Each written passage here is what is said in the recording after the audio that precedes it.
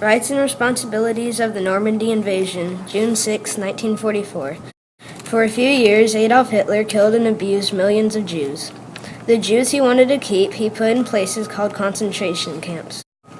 Hitler was always driving and walking around, making sure everyone was following the rules, or they would most likely be killed. He controlled most of Europe, and many other countries feared him and his army. He was unstoppable.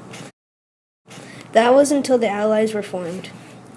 The Allies consisted of the U.S., Canada, and Great Britain. There were two generals of this army, Eisenhower and Montgomery. Once all of the men were recruited, they had to go through brutal training. After months of talking, the two generals made a plan on who would invade where. There were 5 beaches: Utah, Omaha, Gold, Juneau, and Sword.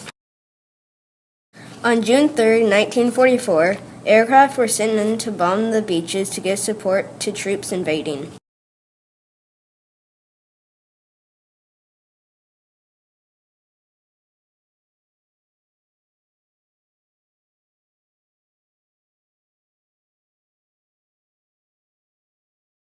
All of the troops were supposed to invade on June 5th, but were delayed due to the weather. They had to go on the day after, June 6th. All of the troops and artillery were loaded onto cargo boats and carried across the water. The journey was very long, and lots of soldiers were having second thoughts.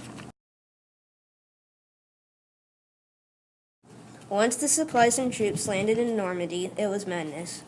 Only about 1 ton out of 250 tons of supplies made it to the beaches. Many of the men drowned before reaching the beaches, and even more were shot right away. But through all the madness, the Allies pulled through and made it to their main target, Caen. After defeating a few more German platoons, the Allies safely took over Normandy, and Hitler finally did suicide. A few days later, all of the remaining soldiers returned home safely to their families. If it weren't for these brave men and women, the world might have still been under Hitler's control. All the fallen soldiers will always be remembered.